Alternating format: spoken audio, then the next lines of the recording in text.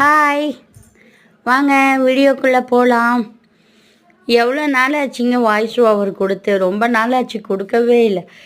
ஏன்னு கேட்டிங்களா, ஒன்று மாற்றி வேலை வந்துக்கிட்டே இருக்குது. அதனால் வாய்ஸ் ஓவர் கொடுக்க எனக்கு டைமே பத்தலைங்க.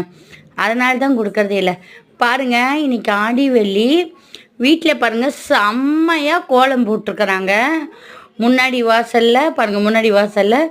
அப்புறம் பக்கத்து வீடுங்க. இந்த எங்கள் ஏரியா ஃபுல்லாங்க ஒவ்வொருத்தரும் ஒவ்வொரு மாதிரி கோலம் போட்டிருப்பாங்க.